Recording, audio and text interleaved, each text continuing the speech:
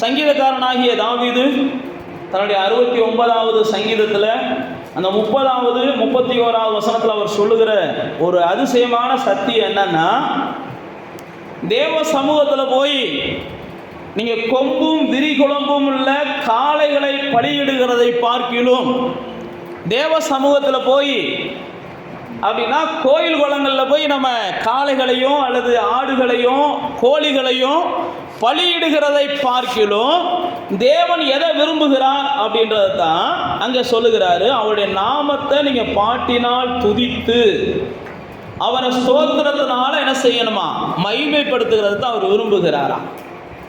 தேவ பிள்ளைகளாகிய நானும் நீங்களும் தேவன் எதை விரும்புகிறார் அப்படின்னா, கொளுத்த ஆட்டை கொண்டு வந்து கோயிலில் பலியிட்டா தேவன் சந்தோஷப்படுவார் அப்படின்னு சில நேரத்தில் நம்ம நம்புகிறோம். அல்லது தேவனுக்கு நம்ம காணிக்கைகளை நிறையா கொடுத்தோம்னா தேவன் சந்தோஷப்படுவார் அப்படின்னு நம்ம நம்புகிறோம். ஆனால் வேதம் நமக்கு சொல்லுகிறது, நீங்கள் தேவ சமூகத்தில் போய் என்ன செய்யணுமா, தேவனுடைய நாமத்தை துதிக்கிறதான் தேவன் என்ன செய்கிறார், விரும்புகிறார். தேவன் தன்னுடைய ஜனத்தை குறித்து பைபிளில் போட்டிருக்கு, இந்த ஜனத்தை நான் துதிக்கும்படி தான் என்ன செஞ்சேன், படைத்தேன். தேவ பிள்ளைகளாகிய நான் ஒரு சின்ன ஸ்டோரியை மட்டும் நான் உங்களுக்கு சொல்லுகிறேன். இது புராண கதை கிடையாது, இது வேத சம்பந்தமான ஒரு கதை.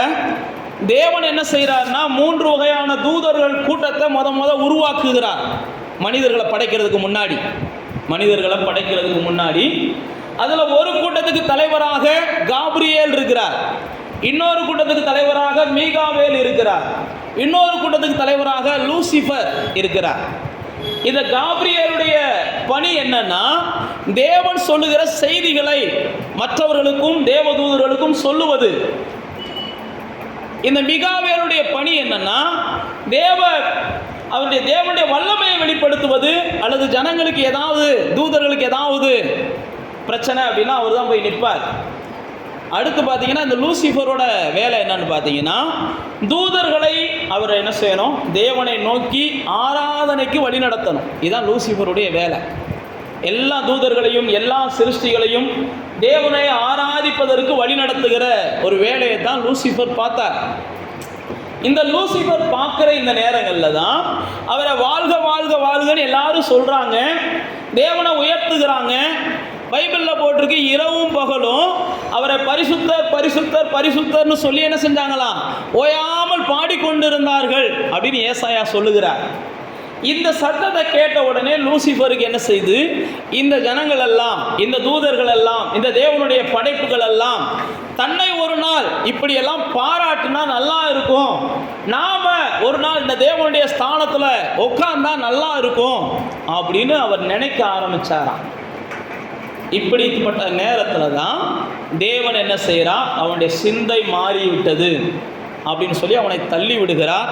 அவன் தான் இன்னைக்கு நாம் எல்லாம் சொல்லுகிற பிசாசு என்கிற தேவதூதன். பிசாசு வேற யாரும் கிடையாது, அவன் ஒரு தேவ தூதன். இதுதான் நமக்கு வேதத்தில் வேத வல்லுநர்கள் சொல்லி கொடுக்குற ஆலோசனை. இந்த தேவதூதனை தள்ளி விட்டதுக்கு அப்புறம் தான் தேவன் அந்த துதிக்கிற இடத்துக்கு தன்னுடைய சாயல்ல தன்னுடைய ரூபத்தில் மனிதர்களை தேவன் என்ன செஞ்சார், உருவாக்க ஆரம்பித்தார். மனுஷனை உருவாக்கி மனுஷியை உருவாக்கி தேவன் அவர்களை ஏதேன் தோட்டத்தில் வைத்து அவர்களோடு கூட உலாவும்படி தேவன் என்ன செஞ்சார், ஒவ்வொரு நாளும் வந்து கொண்டிருந்தார். இந்த நேரத்தில் தான் மனிதர்கள் என்ன செஞ்சிடறாங்க, பிசாசின் சத்தத்துக்கு செவி கொடுத்து தேவனை விட்டு தேவனுக்கு கீழ்ப்படியாமல் போய் தேவனை விட்டு தூரமாக போயிடுறாங்க. நான் மறுபடியும் சொல்லுகிறேன், மனிதர்களை தேவன் ஏற்படுத்தினதை குறித்து ஏசாயா சொல்லுகிறார், இந்த ஜனத்தும் எனக்கு துதிய சொல்லு வரும்படி தான் நான் என்ன செஞ்சேன், இவர்களை தெரிந்து கொண்டேன். 43ஆம் அதிகாரத்தில் வாசிங்க அந்த வசனத்தை. ஏசாயா 43ஆம் அதிகாரத்தில் இந்த ஜனங்கள், 43ஆம் அதிகாரம் 21ஆம் வசனத்தை வாசிங்க. 43ஆம் அதிகாரம் 21ஆம் வசனம்.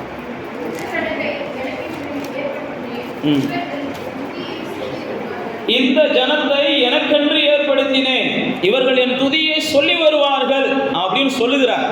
பைபிளில் போட்டிருக்கு, ஆனாலும் யாக்கோபே நீ என்னை நோக்கி கூப்பிடல. அதுக்கு அடுத்த வசனம், இஸ்ரவேலே நீ என்ன குறித்து என்ன செய்யலை, மனசலிச்சு போயிட்ட அப்படின்னு சொல்லிட்டு அடுத்தடுத்து ஆண்டவர் அந்த ஜனங்களோடு கூட பேசுவார். ஆனால் தேவன் இந்த ஜனத்தை எனக்கு ஏற்படுத்தினார்னா தேவனை துதிப்பதற்காகத்தான் நாமெல்லாம் என்ன செஞ்சோம்? படைக்கப்பட்டோம். அப்போ தேவ பிள்ளைகளாகிய நாம் ஒன்றை புரிந்து கொள்ளணும். நம்முடைய நாவுகள், நம்முடைய உதடுகள், நம்முடைய உள்ளம் இதெல்லாம் என்ன செய்யணும்னா, நமக்கு தெரியுதோ தெரியலையோ ஒரு 10 நிமிஷமாவது சோத்திரம் சோத்திரம் சோத்திரம் சோத்திரம் சோத்திரம்னு என்ன செஞ்சாகணும்? ஒவ்வொரு நாளும் சொல்லி ஆகணும். நமக்கு தெரியுதோ தெரியலையோ ஆண்டவரே நன்றிப்பா நன்றிப்பா நன்றிப்பா நன்றிப்பான்னு ஒரு 10 நிமிஷமாகும். ஆண்டவரே நான் உண்மை துதிக்கிறோம்ப்பா துதிக்கிறோம்ப்பா. வேறு ஒன்றும் உங்களுக்கு தெரியலைனாலும், தெரிஞ்சுன்னா நல்லா சொல்லுங்கள். தெரியலைன்னா சோத்திரத்தை மட்டுமாவது ஒரு 10 நிமிஷம் என்ன செய்யுங்க. காலையில் எழுந்திரிச்சோடனே சொல்லிவிட்டு எந்திரிங்க. பாஸ்டர் நான் காலையில் எழுந்திரிச்சோடனே சோத்திர பலியை படிச்சுட்டு தான் எந்திரிக்கிறேன்னு சொல்லாதீங்க. சோத்திர பலின்றது ஒரு வாய்ப்பாடு மாதிரி. கணக்கு கடைசியில் ஆரம்பத்தில் தெரியாது, அவங்களுக்கு ஒரு வாய்ப்பாடை கொடுத்து என்ன செய்வோம்? படிச்சுக்கோங்க, ஓ 2 2 2 4ன்ட்டு. நீங்கள் நாளைக்கு என்ன செஞ்சக்கூடாது? காலேஜ் போனாலும் அதே ஓ 2 2 4ன்னு வாய்ப்பாடை வைக்கிறதுக்கு இல்லை.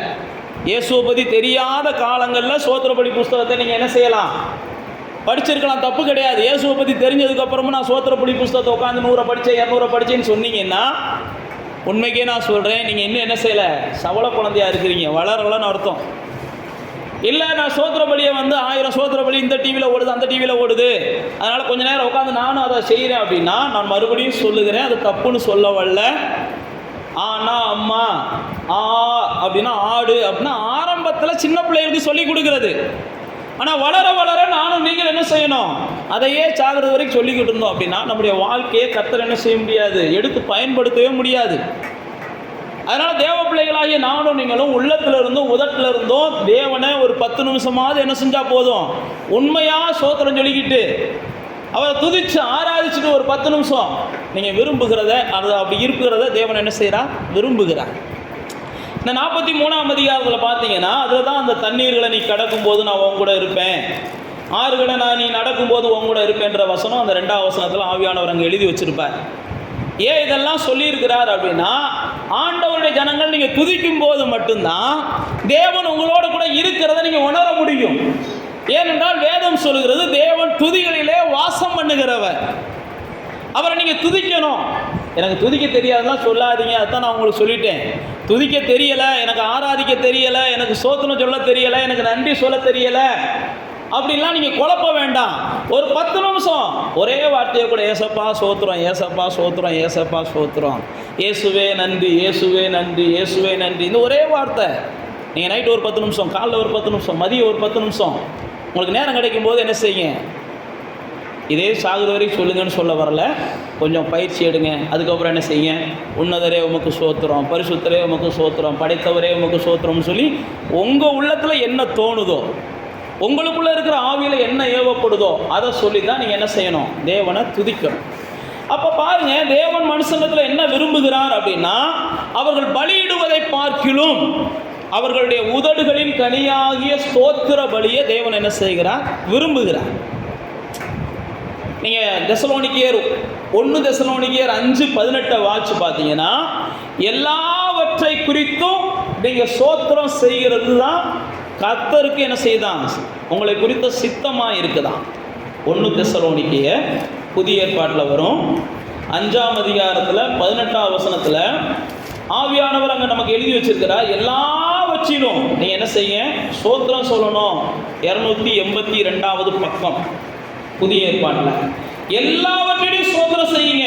அப்படி செய்வது கிறிஸ்து இயேசுவுக்குள் உங்களை குறித்த தேவனுடைய சித்தமா இருக்குதா? அப்படின்னா என்னன்னா, கிறிஸ்து இயேசுவின் மூலமாக தேவன் ஏன் உங்களை மீட்டெடுத்தார் அப்படின்னா, நீங்க எல்லாவற்றிலும் அவருக்கு என்ன செய்யணுமா? சோத்திரம் சொல்லணுமா? அதுக்கு தான் முதல்ல ஆண்டவர் உங்களை தெரிந்து கொண்டு இருக்கிறார். நான் தான் சொன்ன பாருங்க, தேவதூதனுடைய இடம் லூசிஃபரா போன தேவதூதனுடைய இடம், அவன் ஆராதனையில் இருந்த மனிதன், அவனுடைய தேவதூதனுடைய அந்த தேவதூதனுடைய இடம் காலியானதுனால தேவன் அப்படிப்பட்ட கூட்டத்தை இந்த நாட்களில் நம்மளையெல்லாம் என்ன செஞ்சிருக்கிறார்? இணைத்திருக்கிறார். அதனால தான் நீங்கள் வெளிப்படுத்தின விசேஷங்களில் வாட்சி பார்த்தீங்கன்னா, பரலோகத்தில் பாடல் பாடுகிற ஒரு கூட்டத்தை கண்டேன். எல்லா ஜாதிகள்லேருந்தும் வந்தாங்க, எல்லா தேசங்கள்லேருந்தும் வந்தாங்க அப்படின்லாம் வெளிப்படுத்தின விசேஷத்தில் ஆவியானவர் எழுதி வச்சிருப்பார். இங்கே போட்டிருக்கு பாருங்க, எல்லாவற்றிலையும் ஸ்தோத்திரம் செய்யுங்கள். அதுக்காகத்தான் நீங்கள் என்ன செஞ்சுருக்கீங்க? தேவனுக்காக தெரிந்தெடுக்கப்பட்டு இருக்கிறீங்க. அப்போ தேவ பிள்ளைகளே, நீங்கள் எல்லா காரியத்திலையும் வாழ்க்கையில் என்ன செய்யணும்? ஸ்தோத்திரம் சொல்ல பழகணும். என்ன நடந்தாலும் ஸ்தோத்திரம் சொல்லணும். வாழ்க்கையில் எப்போ வேணாலும் எதுவும் நடக்கும். என்ன நடந்தாலும் நம்ம வாழ்க்கையில் முதல்ல என்ன செய்யணும்? ஆண்டவரே ஸ்தோத்திரம்ப்பா அப்படின்னு சொல்லிட்டு கண்ணை திறந்து பார்த்தீங்கன்னா உங்களுக்கு ஒரு வெளிச்சம் கிடைக்கும். உங்களுக்கு தீர்வுக்கான ஒரு வழி கிடைக்கும். உங்களுக்கு பிரச்சனைக்கான ஒரு முடிவு உண்டாகிறத நீங்கள் பார்ப்பீங்க. முதல்ல நானும் நீங்களும் எல்லாவற்றிலும் ஸ்தோத்திரம் செய்யணும். புசித்தாலும் ஸ்தோத்திரம் செய்யணும், குடித்தாலும் ஸ்தோத்திரம் செய்யணும், ஒவ்வொரு நாளும் எழுதும்போதும் ஆண்டவருக்கு ஸ்தோத்திரம் சொல்லணும், ஒவ்வொரு நாளும் அமரும் போதும் ஆண்டவருக்கு ஸ்தோத்திரம் சொல்லணும். நான் மறுபடியும் சொல்லுகிறேன், ஸ்தோத்திரம் சொல்லத்தான் நீங்களும் தேவனோடும் என்ன செய்றீங்க? சரியான இணைப்பில் இருக்கீங்கன்னு அர்த்தம். உங்களுடைய உதடுகள்லேருந்து ஸ்தோத்திரம் வந்துக்கிட்டே இருக்கணும். உங்களுடைய உதடுகள்லேருந்து ஸ்தோத்திரம் வந்துக்கிட்டே இருக்கணும். அதனால தான் சங்கீதக்காரன் தன்னுடைய 34வது சங்கீதத்தை சொல்லும்போது சொல்கிறான், எக்காலத்திலும் என் உதடுகள் என்ன செய்யுது? அவருடைய துதியை சொல்லிக்கிட்டே இருக்குன்றான். 34:1 வாசிக்கும்போது கர்த்தரை துதிக்கிற துதி எக்காலத்திலும் என் நாவில் இருக்குது அப்படின்னு சொல்லுகிறான். இதே சங்கீதக்காரன் சொல்லும்போது சொல்கிறான், துதித்தல் தான் இன்பமும் ஏற்றதுமாக இருக்கிறது. துதிச்சாச்சுனாலே அவங்களுடைய வாழ்க்கைக்கு என்ன செய்யும்? ஒரு இன்பமயமாக மாறிடும். அதுதான் அவங்க வாழ்க்கைக்கு ஏற்றது அப்படின்னு சொல்லி சங்கீதக்காரன் தன்னுடைய துதியை குறித்து அவன் சொல்லுகிறான்.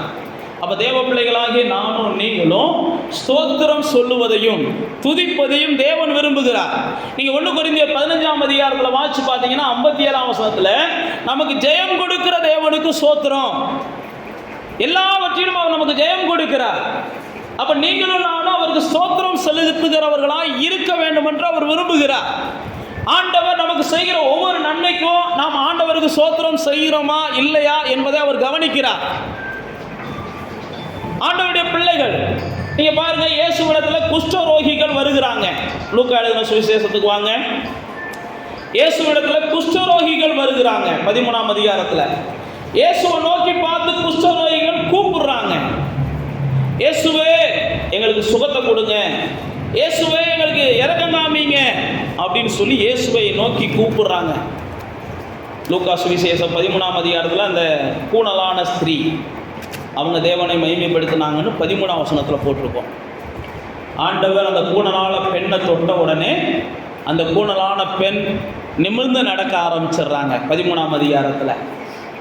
ஏன் நான் உங்களுக்கு சொல்லுகிறேன்னா, ஆண்டவர் நமக்கு செய்கிற ஒவ்வொன்றுக்கும் நாம் என்ன செய்யணும்?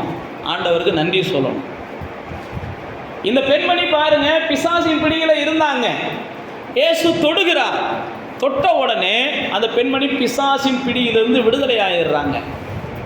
பிசாசின் பிடியிலிருந்து விடுதலையான உடனே அந்த பெண்ணோட வாயிலிருந்து ஆண்டவர் என்ன செய்கிறாங்க? மகிமைப்படுத்துகிறாங்க. நானும் நீங்களும் ஆண்டவரை நம்முடைய வாயினால் மகிமைப்படுத்தினால் மாத்திரமே நமக்கு கிடைச்சிருக்கிற விடுதலை நமக்கு நிரந்தரமாகும். நமக்கு கிடைச்சிருக்கிற விடுதலை நமக்கு நிரந்தரமாகணும். பிசாசின் பிடியிலிருந்து தேவன் நம்மளை விடுதலையாக்குகிறார். அந்த விடுதலை நமக்கு நிரந்தரமாகணும் அப்படின்னா அந்த விடுதலைக்கு நம்ம முதல்ல என்ன செய்யணும்? நன்றி சொல்லுகிறவர்களாக இருக்கணும். நம்ம நன்றி சொல்லாத பட்சத்தில் நமக்கு என்ன செஞ்சிருக்காது? அந்த விடுதலை நிரந்தரமாகாது. போன பிசாசு திரும்ப வருவான்னு பைபிளில் போட்டிருக்கு. பிசாசு உங்களை விட்டுட்டு போயிட்டான்னா திரும்ப என்ன செய்வானா? பிசாசு வருவானா? வரும்போது உங்களுக்கும் தேவனுக்கும் சரியான உறவு இருந்துச்சுன்னா திரும்ப உங்கள்கிட்ட வரமாட்டான். தேவனுக்கும் உங்களுக்கும் சரியான உறவு இல்லைன்னா பைபிளில் போட்டிருக்கு, அவன் இன்னும் கூட போய் 7 பிசாசுகளை கூட்டு வருவானா. ஏன்னா ஏற்கனவே இவனுக்குள்ளே இருந்தப்ப என்னை துரத்திட்டாங்க, இன்னும் கூட ஒரு 10 பேர்த்த கூட்டு வந்துட்டோம்னா நம்மளை துரத்த மாட்டாங்கன்னு சொல்லி இன்னும் 7 பேர்த்த கூட்டு வருவான். பைபிளில் போட்டிருக்கு, அவனுடைய முன்னிலைமை பின்னிலைமையை காட்ட என்ன செய்யும்? கேடுள்ளதாக மாறுமா. ஏன் நான் உங்களுக்கு சொல்லுகிறேன் அப்படின்னா, ஆண்டவர் இடத்துல நாம் பெற்றுக்கொள்கிற ஒவ்வொன்றுக்கும் நம்ம ஆண்டவருக்கு என்ன செஞ்சாகணும்? நன்றி சொல்லி ஆகணும். முதல்ல காலைல எந்திரிச்ச உடனே நாம் என்ன செஞ்சாகணும்? ஆண்டவரே ஸ்தோத்திரம் பாண்டி எந்திரிச்சு பழகணும் நம்முடைய உள்ளத்தின் ஆழத்திலிருந்து. நீங்கள் 17ஆம் அதிகாரத்துக்கு வாங்க.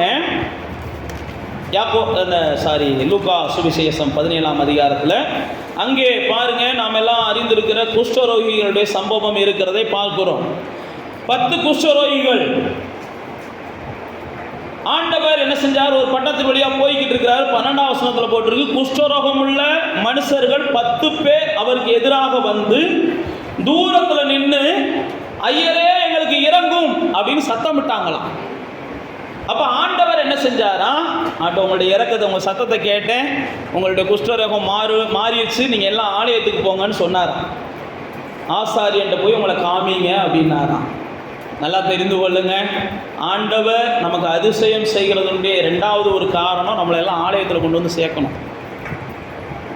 ஆண்டவர் நமக்கு ஏன் நன்மை செய்கிறார் அப்படின்னா, நாமெல்லாம் ஒழுங்காக ஆலயத்துக்கு போகணுன்றதுக்காக ஆண்டவர் நன்மை செய்கிறார்.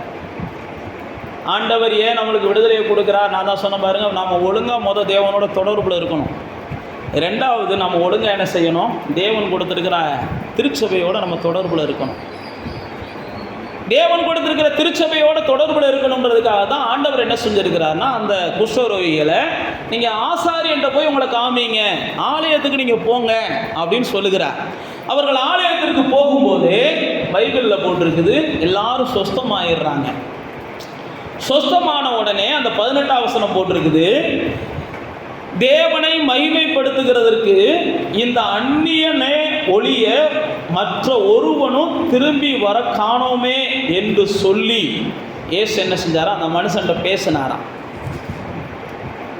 17ஆம் வசனத்தில் போட்டிருக்கு, சுத்தமானவங்க 10 பேர், ஆனால் நன்றி சொல்கிறதுக்கு என்ன செய்யலை, மற்ற 9 பேர் எங்கே அப்படின்னு இயேசு கேட்டாராம். அப்போ தேவ பிள்ளைகளாகிய நானும் நீங்களும் இங்கே உட்காந்து ஆண்டவரை பற்றி கேள்விப்படுறோம், ஆண்டவரை பற்றி நம்ம அதிகமாக தியானிக்கிறோம். ஆனால் ஆண்டவர் என்ன செய்கிறாருன்னா, இப்போ நீங்கள் வீட்டுக்கு போகும்போதே உங்களுக்கு ஒரு அதிசயத்தை செஞ்சுருவார். நீங்கள் எதிர்பார்க்குற ஒரு நன்மையை உங்களுக்கு கொடுத்துருவார். நீங்கள் வீட்டுக்கு போகிறதுக்கு முன்னாடி நீங்கள் எதிர்பார்க்கிற விரும்புகிற ஒரு காரியத்தில் கர்த்தர் உங்களுக்கு விடுதலையை கொடுக்குறார். ஆனால் ஆண்டவர் என்ன செய்வார்னா, அப்படி விடுதலையை கொடுத்துருக்குறோமே, ஒரு வெற்றியை கொடுத்துருக்குறோமே, ஒரு நன்மையை செஞ்சுருக்குறோமே, இந்த ஆள் ஸ்தோத்திரம் சொல்லுதான், இந்த ஆள் நன்றி சொல்லுதான், இந்த அம்மா ஏதாவது ஆண்டவரை மகிமைப்படுத்துதான்னு அவருக்கு பார்த்துக்கிட்டு இருப்பார். நீங்கள் செஞ்சிட்டீங்கன்னா உண்மைக்கு அவருடைய இருதயம் என்ன செய்யும், பரவாயில்ல, இதுக்காக இன்னும் எத்தனை அதிசயத்தை வேணாலும் செய்யலாம். இந்த அம்மா கேட்டுச்சுன்னா, இந்த ஐயா கேட்டார்னா, அந்த சகோதரன் கேட்டானா, அந்த சகோதரி கேட்டாங்கன்னா எந்த நன்மையும் செய்யலாம். ஏன்னா இவங்க என்ன செய்வாங்க, எனக்கு நன்றியுள்ளவங்களாக இருப்பாங்க. நான் மறுபடியும் சொல்லுகிறேன், ஆண்டவர் உங்களை நம்ப ஆரம்பிச்சிட்டாருன்னா, ஆண்டவர் நம்புகிற அளவுக்கு நீங்கள் ஆண்டவருக்கு முன்பாக நிற்க ஆரம்பிச்சிட்டிங்கன்னா, ஆண்டவர் நம்புகிற அளவுக்கு உங்களுடைய வாழ்க்கையில் ஆண்டவருக்கு பிரியமானதை நீங்கள் செய்ய ஆரம்பிச்சிட்டிங்கன்னா, ஆண்டவர் உங்களை நம்ப ஆரம்பித்த உடனே உங்கள் வாழ்க்கையில் உங்களுக்கு மட்டுமல்ல, உங்கள் வாயிலிருந்து நீங்கள் யாரை வாழ்த்தினாலும் அவர்களுக்கும் ஆண்டவர் என்ன செய்கிறார், அது செய்கிறார். நீங்கள் உங்கள் வாயிலிருந்து யாருக்காக விண்ணப்பம் பண்ணினாலும் அவர்கள் வாழ்விலும் கர்த்தர் வெளிச்சத்தை கொடுக்குகிறார். அப்போ தேவ பிள்ளைகளாகிய நானும் நீங்களும் தேவனுக்கு என்ன செய்யணும், ஒரு நன்றி உள்ளவங்களாக எப்பயுமே இருக்கணும். அதுதான் இங்கே ஆண்டவர் சொல்கிறார், மற்ற 9 பேர் எங்கேப்பா, நீ ஒரு ஆள் மட்டும் என்ன செய்கிற, நன்றி சொல்ல வந்திருக்கிறீங்க. அப்போ தேவ பிள்ளைகளே, நீங்களும் நானும் ஆண்டவரை அறிந்தவர்கள், ஆண்டவரை உணர்ந்தவர்கள். நாம் அவரை மகிமைப்படுத்தாவிட்டால் பைபிளில் போட்டிருக்கு, நம்முடைய இருதயம் இருள் அடைஞ்சிருமா. வாசிங்க, ரோமருக்கு புஸ்தகத்துக்கு வாங்க, ரோமர் 1ஆம் அதிகாரத்துக்கு வாங்க, ரோமருக்கு எழுதின புஸ்தகம் 1ஆம் அதிகாரத்துக்கு வாங்க. தேவனை அறிஞ்சிருக்கிறவங்க, தேவனை பற்றி தெரிஞ்சிருக்கிறவங்க, அவர் தான் தேவன் என்ற விசுவாசிக்கிற நானும் நீங்களும் அவரை நம்ம துதிக்கலை அப்படின்னா நம்முடைய இருதயம் இருளடையும். 21ஆம் வசனம், 1ஆம் அதிகாரம் 21ஆம் வசனம் போட்டிருக்கு, அவர்கள் தேவனை அறிந்தும் அவரை தேவன் என்று மகிமைப்படுத்தாமலும் ஸ்தோத்தரியாமலும் இருந்து தங்கள் சிந்தனைகளினாலே வீணரானார்கள். உணர்வில்லாத அவர்களுடைய இருதயம் இருளடைந்தது. அப்போ தேவ பிள்ளைகளாகிய நானும் நீங்களும் தேவனிடத்தில் பெற்றுக்கொள்ளுகிற நன்மைக்கு நன்றி சொல்ல மறுக்கும்போது வேதம் சொல்லுகிறது, நம்முடைய இருதயம் என்ன செஞ்சிருமா, இருள் அடைஞ்சிரும். இது உணர்வற்ற மக்கள். இவர்களுக்கு எவ்வளவுதான் உதவி செஞ்சாலும் உதடுகளை திறந்து என்ன செய்ய மாட்டேன்றாங்க, அவர்கிட்ட பேச மாட்டேன்றீங்க. வேற எல்லாத்தையும் பேசுவீங்க, உதடுகளை திறந்து பேச தெரியாதவங்களாம் கிடையாது. இங்கே வருகிற எல்லாரும் அப்பாவிகள்லாம் நான்லாம் சொல்ல மாட்டேன். இங்கே வர்றவங்க எல்லாருமே இங்கே வரும்போது அப்பாவியாக இருப்பீங்க. அவங்க எல்லையில் நீங்கள் எவ்வளோ பேருகிற சீருகிற சிங்கங்களாக இருக்கிறீங்கன்றது அந்த எல்லையில் இருக்கவங்களுக்கு தான் தெரியும். இங்கே வரும்போது எல்லாரும் அப்பாவி தான். இங்கே பாஸ்ட் அடித்தா கூட திரும்ப என்ன செய்ய மாட்டீங்க, அடிக்க மாட்டீங்க. அப்படி தான் நாங்கள் அவங்க எல்லாத்தையும் பார்க்குறோம். ஆனால் அவங்கவுங்க எல்லைகளில் போய் பார்த்தீங்கன்னா சீருகிற சிங்கமும் சீருகிற பாம்பும் கூட என்ன செஞ்சிடும், தோற்று போயிடும். உங்களை பார்த்து அது பயப்பட ஆரம்பிச்சிடும். ஏன் நான் உங்களுக்கு சொல்லுகிறேன்னா, அப்படிப்பட்ட உத்தமர்கள் நாம். அதனால் நாம் என்ன செய்யணும், இந்த உதடுகளை கொண்டு அவரை என்ன செய்யணும், உயர்த்தணும். தேவ பிள்ளைகளாகிய நாம் நம்முடைய உதடுகளை கொண்டு அவரை உயர்த்தணும். உதடுகளின் கனிகளிலே அவர் பிரியப்படுகிறார். நான் ஏற்கனவே உங்களுக்கு சொன்னேன் பாருங்க, நீங்கள் ஆண்டவருக்கு ஸ்தோத்திரம் சொல்லும்போது தான் உங்களுடைய உறவு சரியாக இருக்குது. நீங்கள் ஆண்டவருக்கு ஸ்தோத்திரம் சொல்லும்போது தான், ஆண்டவரை துதிக்கும் போது தான், ஆண்டவரை மகிமைப்படுத்தும் போது தான், ஆண்டவர் தேவனுக்குள்ள உங்களை எதுக்காக பிரித்தெடுத்திருக்கிறார், கிறிஸ்துவுக்குள்ள எல்லாவற்றிலும் நீங்கள் ஸ்தோத்திரம் சொல்வது தான் தேவனுடைய சித்தமாக இருக்குது. அந்த இதுக்காகத்தான் தேவன் உங்களை பிரித்தெடுத்திருக்கிறார். அப்போ தேவ பிள்ளைகளாகிய நீங்கள் நானும் ஸ்தோத்திரம் சொல்லும்போது தான் நம்முடைய வாழ்க்கையில் தேவனுடைய சில ரகசியங்கள் வெளிப்படும் அப்படின்னு சொல்லி சங்கீதக்காரன் சொல்லுகிறான். நீங்கள் 50வது சங்கீதத்துக்கு வாங்க, சங்கீதம் 50க்கு வாங்க. சங்கீதக்காரன் 50ல் இந்த ஸ்தோத்திர பலிகளை குறித்து அநேகமான காரியங்களை அவர் பேசுவார்.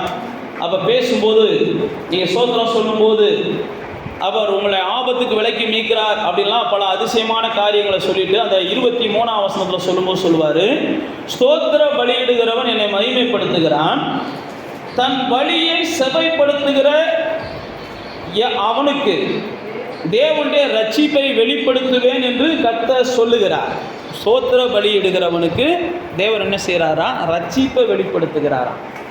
அப்போ நீங்கள் நானும் ஸ்தோத்திர பலிகளை இடும்போது தான் அடுத்து நம்முடைய வாழ்க்கைக்கான வாசல்களை தேவன் நமக்கு காண்பிப்பார். நான் தான் சொன்ன பாருங்க, ஏற்கனவே அவரிடத்துல பெற்ற நன்மைகள் ஏராளம் இருக்குது. 1000 நாவுகள் இருந்தாலும் அவருக்கு நம்ம என்ன செய்ய முடியாது, நன்றி சொல்லியெல்லாம் முடியாது. ஒவ்வொரு நாளும் ஆண்டவர் செய்த அதிசயங்கள் எண்ணி முடியாதவைகள் அப்படின்னு தாவீது சொல்கிறாரு. அவைகள் சொல்லி முடியாதவைகள் அப்படின்னு தாவீது சொல்லுகிறார். அதனால தான் தாவீது சொல்லும்போது சொல்கிறார், என்னுடைய நாவுகள் எப்போதும் அவருடைய துதியை சொல்லிக்கொண்டே இருக்கும் அப்படின்றார். அதனால தான் தேவன் சொல்லுகிறார், உங்களுடைய உதடுகளிலிருந்து புறப்படுகிற ஸ்தோத்திர பலிகள் தான் எனக்கு பிரியமானது அப்படின்னு சொல்லுகிறார். அப்போ தேவ பிள்ளைகளாகிய நானும் நீங்களும் எல்லாவற்றிலும் ஸ்தோத்திரத்தை செலுத்தும் போது மாத்திரமே, நான் ஏற்கனவே சொன்னேன் பாருங்க, நம்முடைய உறவு தேவனோடு சரியாக இருக்கும், நம்முடைய உறவு ஆலயத்தோடு சரியாக இருக்கும். நம்முடைய உறவுக்கு அடுத்து தேவன் என்ன செய்கிறார், நமக்கு புதிய வாசல்களை திறந்து கொடுக்கிறார், ரகசியங்களை வெளிப்படுத்துகிறார். அப்போ தேவ பிள்ளைகளாகிய நானும் நீங்களும் தேவனை துதிப்பதற்காகவே படைக்கப்பட்டவங்க, தேவனை துதிப்பதற்காகவே படைக்கப்பட்டவங்க. தேவனை துதிப்பது தான் தேவனுடைய நம்மை படைத்ததனுடைய பிரதானமான நோக்கம். அப்போ ஸ்தோத்திர பலிகளை இடும்போது தான் நாம் அவரை மகிமைப்படுத்துகிறோம். அப்போ ஸ்தோத்திர பலி நம்ம இடலைன்னு வச்சுக்கிடுவோம். அப்படி ஆப்போசிட் என்ன அப்படின்னா, அவரை நம்ம மட்டுப்படுத்துகிறோம்னு அர்த்தம். நாம் அவரை மட்டுப்படுத்துகிறோம் அப்படின்னா என்னென்னா, அவரை அவமானப்படுத்துகிறோம்னு அர்த்தம். அவரை அவமானப்படுத்துகிறோம். அவரிடத்துல நாம் பெற்ற நன்மைக்கு அவர் நமக்கு ஸ்தோத்திரம் சொல்லலை, அவர்கிட்ட எழும்பி ஒவ்வொரு நாளும் நம்ம அவருக்கு ஸ்தோத்திரங்களை சொல்லலை அப்படின்னா, நானும் நீங்களும் அவரை என்ன செய்கிறோம், ஏதோ ஒரு வகையில் மட்டுப்படுத்துகிறோம். அதனால தான் வேதம் சொல்கிறோம், ஸ்தோத்திர பலியிடுகிறவன் என்னை மகிமைப்படுத்துகிறான், ஸ்தோத்திர பலியிடாதவன் அவரை மட்டுப்படுத்துகிறான். அப்போ இதே 50வது சங்கீதத்தில் வாச்சிங்கன்னா, அதே சங்கீதக்காரன் சொல்லும்போது சொல்கிறான், நீ ஸ்தோத்திர பலியிட்டு ஆபத்து நாளில் கூப்பிடு, நான் உன்னை விடுதலை ஆக்குவேன்றார். 14ஆம் வசனம் போட்டிருக்கு பாருங்க.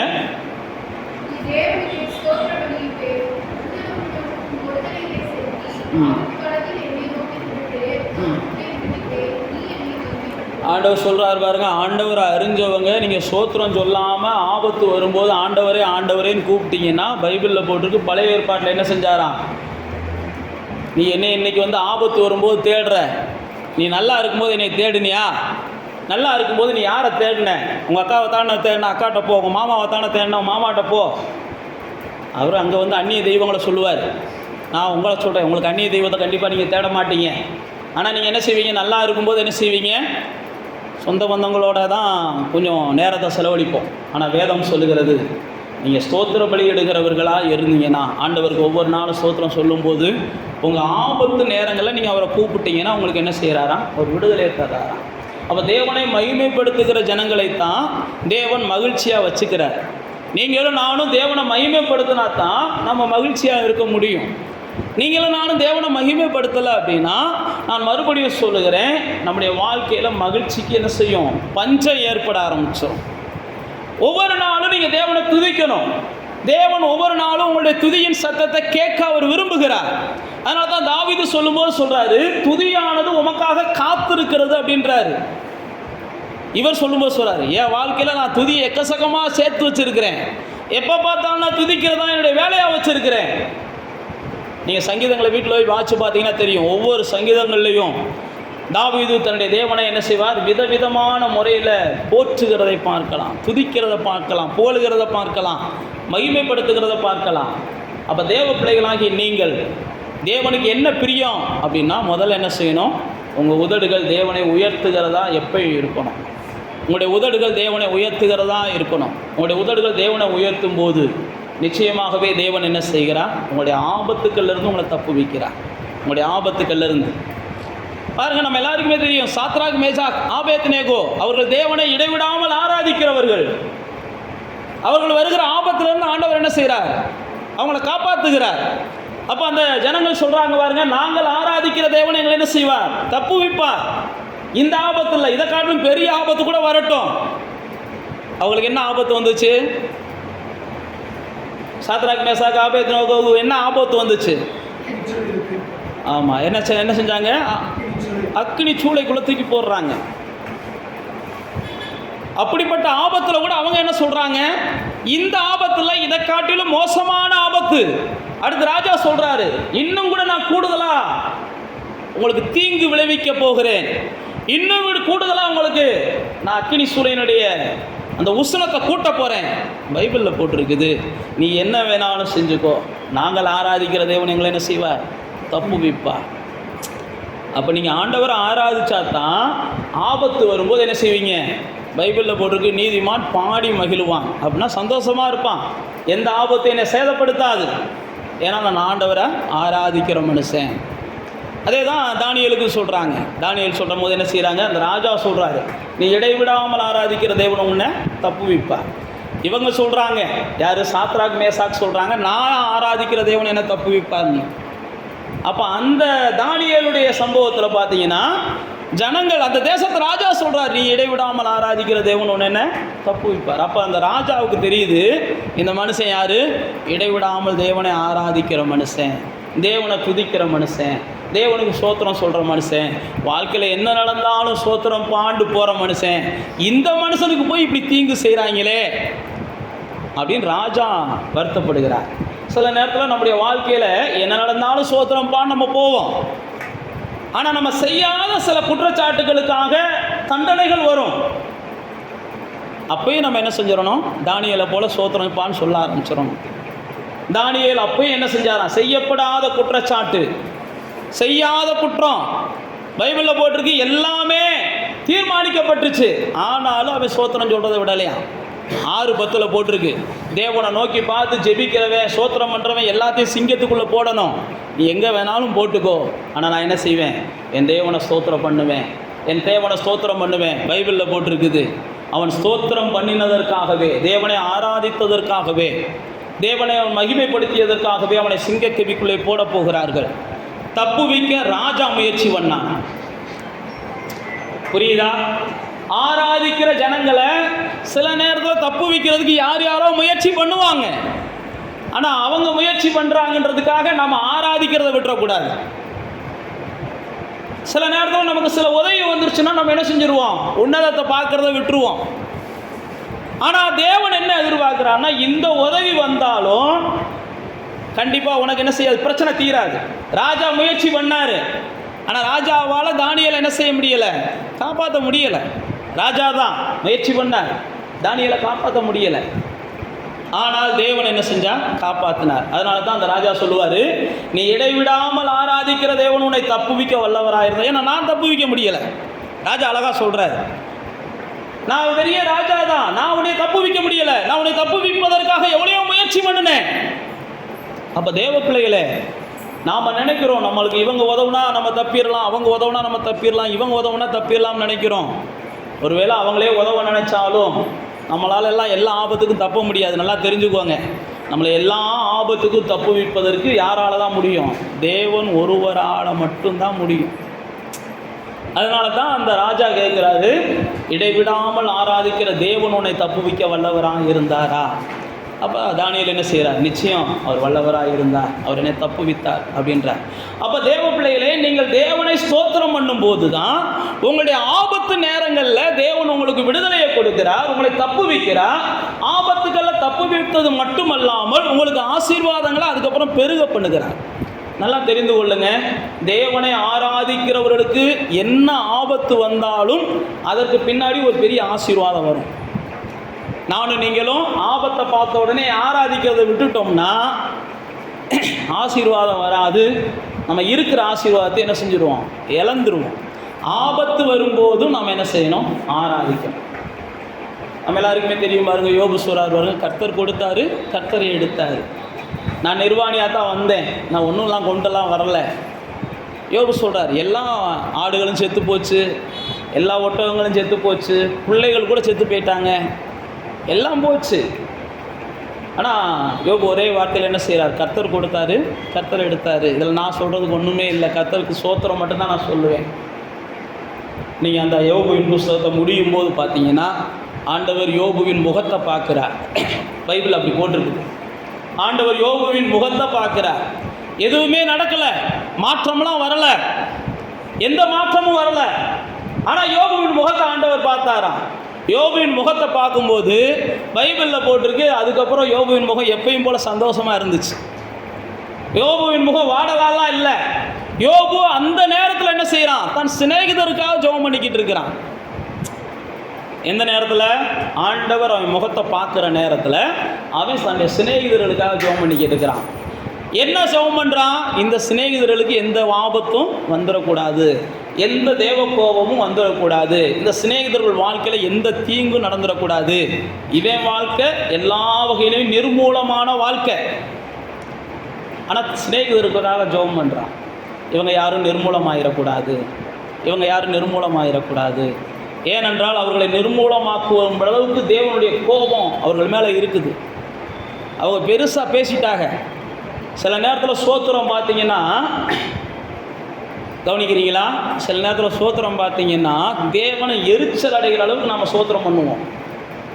இப்படி தான் யோபுவின் நண்பர்கள் சோத்திரம் பண்ணாங்க. தேவனே எரிச்சல் அடைய பண்ண முடியுமா சோத்திரத்தினால? அப்படின்னா பண்ண முடியும். நீங்கள் வாங்க லூக்காவுக்கே வாங்கினேன். 18ஆம் அதிகாரத்தில், லூக்கா 18ஆம் அதிகாரத்துக்கு வாங்க.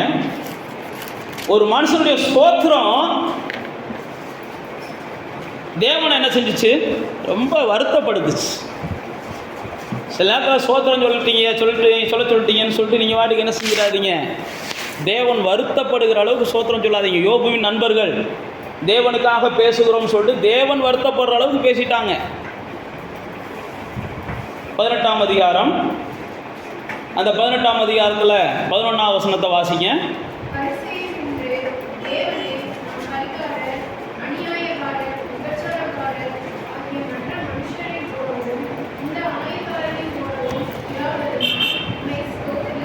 பாருங்க, அவன் ஜெபம் பண்ணும்போது ஒரு சோத்திரம் சொல்றான். ஆண்டவரே உமக்கு சோத்திரம். இந்த சோத்திரத்தை ஆண்டவர் விரும்பலன்னு பைபிளில் போட்டிருக்குது. அவர் என்ன சோத்திரம் சொன்னாரா? இவர்களை போல நான் இல்லாததுக்காக சோத்திரம் பண்ணுறேன், இவர்களை போல இல்லாமல் நான் கொஞ்சம் என்ன செய்கிறேன், அடுத்த வசனங்களை சொல்லுவார் பாருங்க, நான் என்ன செய்கிறேன், வாரத்தில் 2 வாட்டி உபவாசம் பண்ணுறேன், என் சம்பாத்தியத்தெல்லாம் தசமபாவத்தில் கொடுக்குறேன் அப்படின்னு சொல்லி தனக்குள்ளே ஜெபம் பண்ணானா.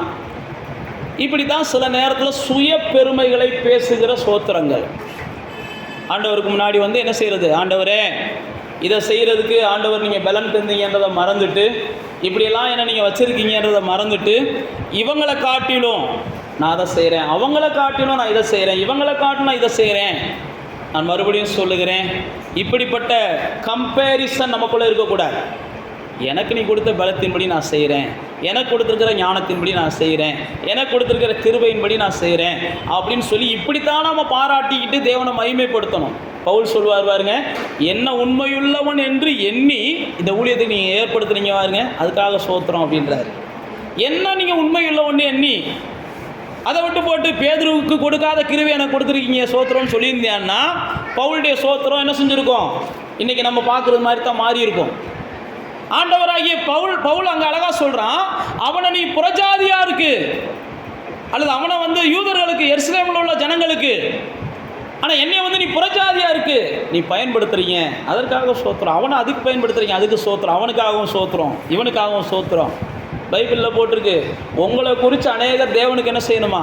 சோத்திரம் சொல்லணுமா? உங்களை குறித்து அநேக சோத்திரம் சொன்னால் பைபிளில் போட்டுருக்கு, உங்களுக்கு கிருபை பெருகுமா. ஆண்டவரே இந்த அம்மாவுக்காக சோத்திரம், இந்த அம்மா எனக்கு உதவியாக இருந்தாங்க. ஆண்டவரே இந்த ஐயாவுக்காக சோத்திரம், இந்த ஐயா எனக்கு ஆறுதலாக இருந்தாங்க அப்படின்னு சொல்லி உங்களை குறித்து என்ன செய்யணும்? மற்றவங்க சோத்திரம் சொல்லணும். மற்றவங்க சொல்கிறாங்களோ சொல்லலையோ, கணவனுக்காக ஆண்டவரே சோத்திரம்பான்னு மனைவி சொல்லணும், மனைவிக்காக ஆண்டவரே சோத்திரம்பான்னு கணவன் சொல்லணும். ஆண்டவரே எனக்கு கொடுத்துருக்க பிள்ளைகளுக்காக சோத்திரம்பான்னு பெற்றோர்கள் சொல்லணும். ஆண்டவரே எனக்கு கொடுத்துருக்கிற பெற்றோருக்காக சோத்திரம்பான்னு பிள்ளைகள் சொல்லணும். இதில் தான் உங்களுடைய சக்ஸஸ் இருக்குது, அதில் தான் நீங்கள் ஜெயிச்சிருக்கிறீங்கன்னு அர்த்தம். உங்கள் மனைவி உங்களுக்காக ஒவ்வொரு நாளும் சோத்திரம் சொல்லணும். ஒவ்வொரு நாளும் உங்கள் மனைவிக்கு, கணவனுக்காக மனைவி சொல்லணும், மனைவிக்காக கணவன் என்ன செய்யணும்? சோத்திரம் சொல்லணும். இனியெல்லாம் நீங்கள் விடுபட முடியாது. கர்த்தர் கணவனை கொடுத்துட்டாரு, கர்த்தர் உங்களுக்கு மனைவியை கொடுத்துட்டாரு, இனியெல்லாம் நீங்கள் விடுபட முடியாது. இருக்கிற கணவனுக்கு எப்படிப்பட்டவனாக இருந்தாலும் பரவாயில்ல சோத்திரம்னு சொல்லி பழகுங்க. இருக்கிற மனைவி எப்படிப்பட்டவங்களாக இருந்தாலும் பரவாயில்ல சோத்திரம்னு சொல்லி பழகுங்க.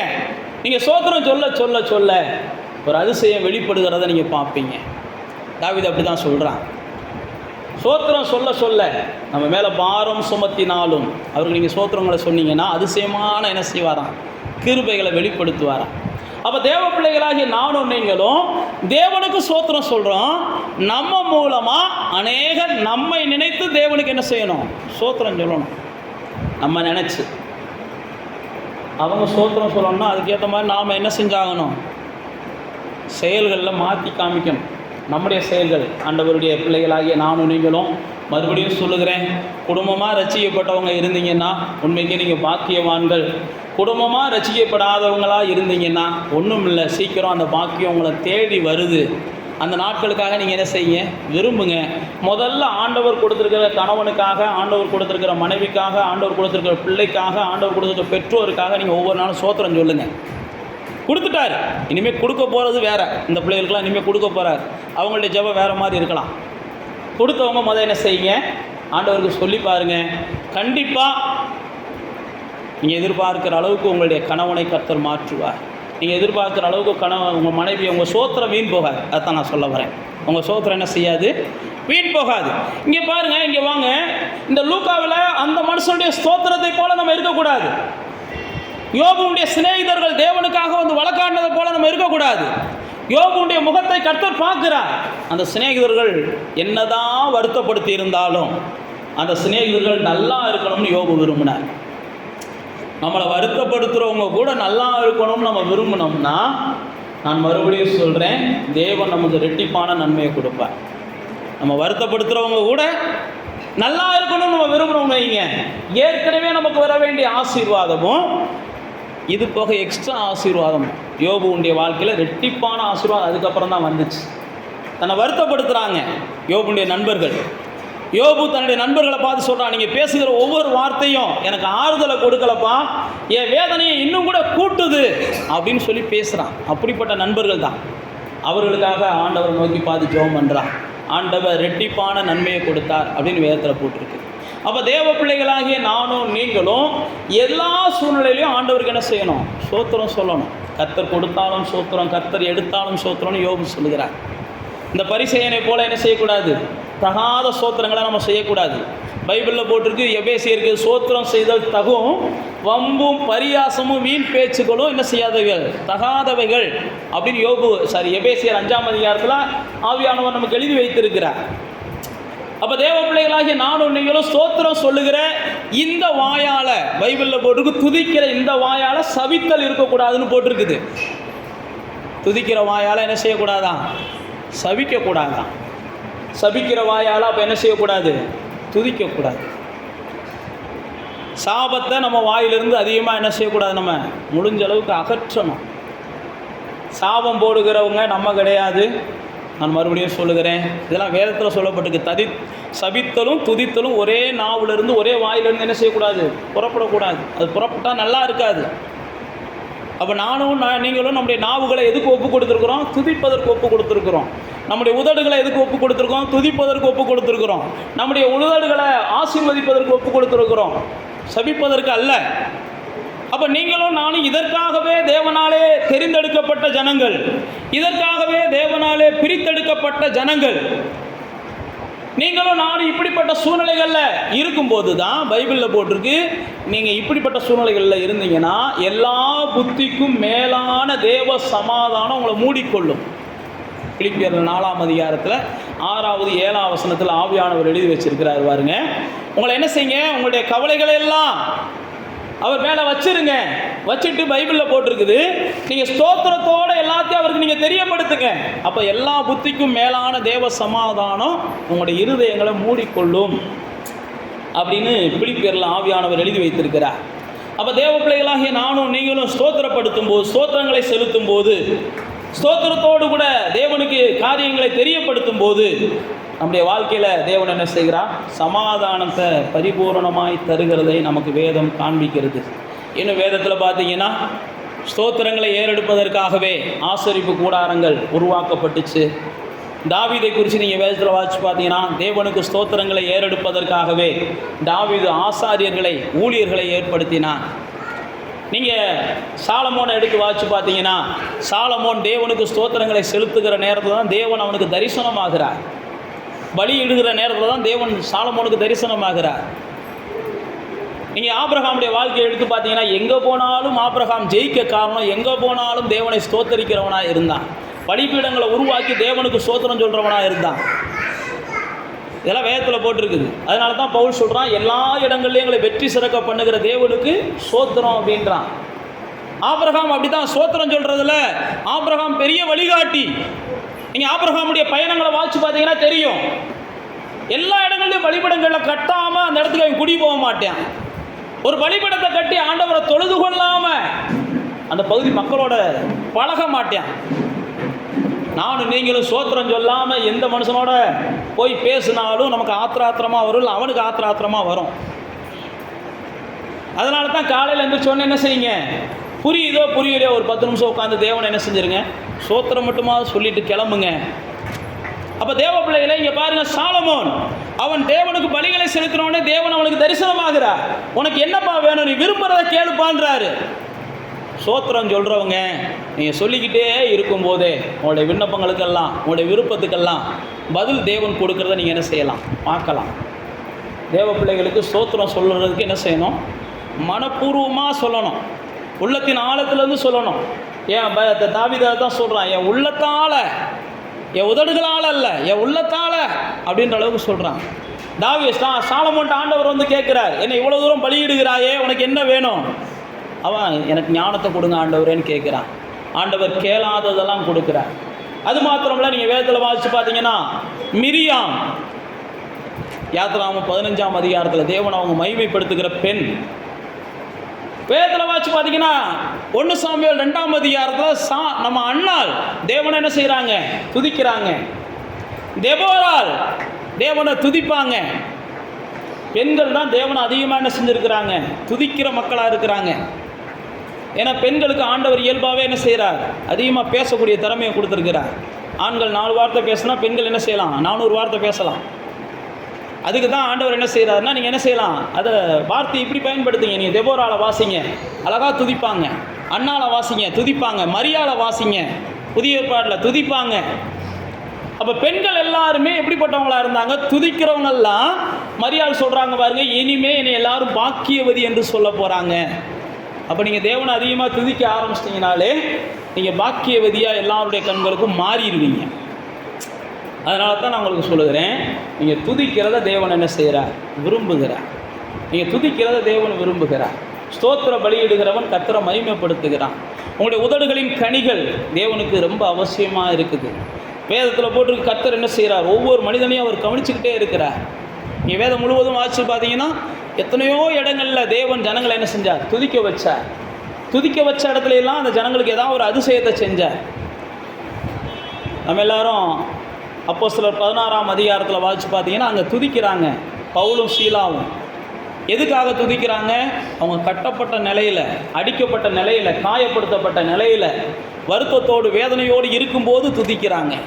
நான் மறுபடியும் சொல்லுகிறேன், வேதனையான நேரம், வருத்தமான நேரம் பைபிளில் போட்டிருக்கு. அந்த மாதிரி நேரங்களில் கொஞ்சம் நீங்கள் துதிக்கிறதுக்கு தேவனை நோக்கி பார்த்து, ஆண்டவரே உம்மை நான் போற்றுகிறேன் தேவான்னு சொல்லி சங்கீதக்காரன் சொல்கிறான். என்னை குழியிலேருந்து நீங்கள் தூக்குனீங்க, நான் உண்மை போற்றுகிறேன். 30வது சங்கீதம் 31வது சங்கீதத்தை நீங்கள் வாட்சி பார்த்தீங்கன்னா தெரியும். இங்கே பவுலும் சீலாவும் பாடுகிறாங்க, துதிக்கிறாங்க, தேவனை மகிமைப்படுத்துகிறாங்க. பைபிளில் போட்டிருக்கு, யாருமே அவுழ்க்கலை, கட்டு தானாக அவுந்துச்சு, யாருமே திறக்கலை, கதவு தானாக திறந்துச்சு.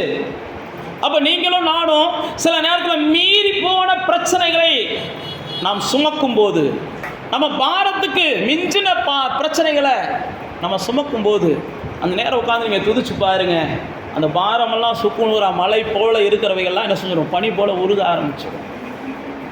அந்த துதிக்கிற மனப்பான்மையை உருவாக்குங்க. ஆண்டவர் பாருங்க, எரிகோவுக்கு முன்னாடி ஜனங்களை தான் சொல்கிறார், நீங்கள் துதிங்க, எரிகோ தானாக போயிடும், தானாக விழுந்துடும் அப்படின்றார். இப்படி வேதத்தில் எத்தனையோ நான் உங்களுக்கு சொல்லிக்கிட்டே போகலாம். அப்போ தேவ ஜனங்களே, தேவனால் நீங்கள் துதிக்கும்படி படைக்கப்பட்டவர்கள் என்பதை மட்டும் நீங்கள் என்ன செஞ்சிடாதீங்க, மறந்துடாதீங்க. எப்பயும் நான் என்ன செய்யணும்? என் தேவனை துதிக்கணும். என் தேவன் எனக்கு என்ன கொடுத்தாலும் அவருக்கு நான் ஸ்தோத்திரங்களை சொல்லணும். அந்த குஷ்டரோகிட்ட கேட்குறாரு பாருங்க, உனக்கு நன்மை செஞ்சேன், நீ ஒருத்த மட்டும் என்னை துதிக்க வந்திருக்கிற, மற்றவங்களாம் எங்கன்றாரு. அப்போ நீங்களும் நானும் தேவனை துதிக்கிறத தேவனை விரும்புகிறார். நீங்கள் துதிக்கத்தான் நான் ஏற்கனவே சொன்னபடி உங்களுக்கான வாசல்கள் திறக்கும். நீங்கள் துதிக்கத்தான் உங்களுடைய ஆசீர்வாதங்கள் பெருகும். நீங்கள் துதிக்கத்தான் நீங்கள் பாக்கியவான்களாக மாறுவீங்க. நீங்கள் தேவனை துதிக்கிறதை மாத்திரமே எப்பயும் விடாமல் இருக்கணும். உங்கள் வாழ்க்கையில் தேவனை துதிப்பதை உங்களுடைய பிரதானமான நோக்கமாக வைத்திருக்கணும். காலையில் எழும்பின உடனே கர்த்தருக்கு ஸ்தோத்திரம் சொல்லுகிற நீங்கள் ஒவ்வொரு நாளையும் முடிக்கும் போதும் கர்த்தருக்கு என்ன செய்யணும்? ஸ்தோத்திரம் சொல்லணும். கர்த்தருடைய சமூகத்தில் உட்காந்து ஒவ்வொரு உணவை கொடுக்கும்போது கூட, ஆண்டவரே ஸ்தோத்திரம் பாண்டு உண்டு பாருங்க. உங்களுக்கு தேவன் கொடுக்குற ஒரு உடையை உடுத்தும் போது கூட ஸ்தோத்திரம் பாண்டு நீங்கள் உடுத்தி பாருங்க. எப்பயும் புது உடைகளாக உடுத்துறதுக்கு கர்த்தர் உங்களுக்கு உதவி செய்வார். நல்ல ஆகாரமாக சாப்பிட்றதுக்கு கர்த்தர் உதவி செய்வார். எல்லாம் உங்கள் கையில் தான் இருக்குது. ஆண்டவருக்கு என்ன செய்யுங்க? ஸ்தோத்திரம் சொல்லி எதையும் செய்யுங்க. பைபிளில் போட்டிருக்கு, எல்லாவற்றிலும் நீங்கள் ஸ்தோத்திரம் செய்வதை கர்த்தர் விரும்புகிறார். அப்படியே கண்களை மூடி தேவனை நோக்கி பார்க்கலாம். ஸ்தோத்திரம் சொல்லுவதனால பைபிளில் போட்டிருக்கு, பொல்லாத ஆவிகள் விலகும். நீங்கள் ஸ்தோத்திரம் சொன்னீங்கன்னா நிச்சயமாக எந்த நெருக்கத்தில் இருந்தாலும் அதுலேருந்து வெளியில் வருவீங்க. யோனா மீனின் வயிற்றில் இருக்கும்போது ஸ்தோத்திரம் சொன்னான்னு பைபிளில் போட்டிருக்கு. அப்படி கண்களை மூடி ஆண்டவரை நோக்கி பாருங்கள். யோனா மீனின் வயிற்றுக்குள்ளே இருக்கும்போது ஆண்டவரை நோக்கி பார்த்து துதிச்சான்னு வேதத்தில் போட்டிருக்கு. அவன் துதிச்சதுனால மீனுக்கு ஆண்டவர் கட்டளை கொடுத்தாரா, அவனை கரையில் கொண்டு போய் விட்டுடுறா, என் பிள்ளை துதிக்குதுரா அப்படின்னாரா. அதே போல் கரையில் கொண்டு போய் மீன் விட்டுச்சான். நீங்கள் துதிக்க பாருங்கள். ஒருவேளை ஏதோ தேவனுக்கு பிரியமில்லாததை யோனாவை போல் செஞ்சுட்டு கூட பல பிரச்சனைகள் நீங்கள் மாட்டியிருக்கலாம். அதை உணர்வடைஞ்சு, ஏன்னா வேதத்தில் வெளிப்படுத்தின விசேஷத்தில் போட்டிருக்கு, அவங்க மேலே வர தீங்குக்கெல்லாம் அவங்க மனம் திரும்புவாங்கன்னு கர்த்தர் காத்து கிடந்தாராம். ஆனால் அந்த தீங்குகள்லாம் அவங்க மேலே வரும்போது அவங்க மனம் திரும்புவதற்கு பதிலாக தேவனை தூசிக்கிறவங்களாக மாறிட்டாங்களாம். அதனால் நீங்களும் நானும் அப்படிப்பட்டவங்களாக மாறிடக்கூடாது. அவரை மகிமைப்படுத்துகிறவங்களாக இருக்கணுன்றதுக்காகத்தான் சில நேரத்தில் யோனாவை போல நாம் பாதை தவறும்போது சில சிக்ஷைகளை கர்த்தர் அனுமதிக்கிறார்.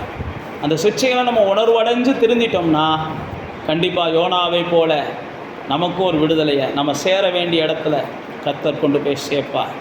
நம்மளை கொண்டு செய்ய வேண்டியதை கர்த்தர் நிச்சயம் செய்து முடிப்பார். நமக்கு கிடைக்க வேண்டிய மேன்மையும், நமக்கு கிடைக்க வேண்டிய புகழ்ச்சியும், நமக்கு கிடைக்க வேண்டிய கீர்த்தியும், நமக்கு கிடைக்க வேண்டிய நன்மைகளும் தேவனை நீங்கள் துதிக்கும் போது நிச்சயமாக நம்மளை தேடி வருகிறதா இருக்கிறது. தேவனை துதிங்க, அதை தேவன் விரும்புகிறார். இதாவே நம்முடைய பிள்ளைகளை கொண்டு இந்த நல்ல நாளிலும் கூட எங்களோடு கூட அப்பா எல்லாரும் துதிக்கும்படி பேசுனதுக்காக நாங்கள் நன்றி சொல்லுகிறோம். எங்களுடைய நாவுகள் தாவீதை போல எப்பயும் துதிக்கிறதா இருக்கட்டும்ப்பா. எந்த சூழ்நிலையிலையும் நாங்கள் உண்மை துதிக்கிற ஒரு உள்ளத்தை எங்களுக்கு கொடுங்க. எப்பயும் உங்களை துதிக்கிற உதடுகளை எங்களுக்கு கொடுங்க. சங்கீதக்காரன் தாவீது தன்னுடைய சங்கீதங்களில் சேனைகளின் கர்த்தாவே நம்முடைய வாசஸ்தலம் எவ்வளவு இன்பமானதுன்னு சொல்லுகிறான். அதே போல் நாங்களும் ஒவ்வொரு நாளும் சொல்லணும், எங்களுடைய ஆவி ஆத்மா சரீரம் அது மேலே தாகமாக இருக்கணும். தேவனை நாடுவதையும் தேவனை தேடுவதையும் ஆண்டவரே நாங்கள் பெரிய பாக்கியமாக எண்ணணும். தேவனை தேடாத இந்த மிருக குணமுள்ள ஜனங்கள் மத்தியிலே நாங்கள் வாழ்ந்து கொண்டு இருக்கிறோம். தேவனற்ற அல்லது இருதயமற்ற இந்த ஜனங்கள் மத்தியிலே நாங்கள் வாழ்ந்து கொண்டு இருக்கிறோம். அவர்கள் உணர்வற்றவர்களாக மாறி இருக்கிறாங்க. எல்லாருடைய இருதயமும் இருளடைஞ்சு போய் கிடக்குது.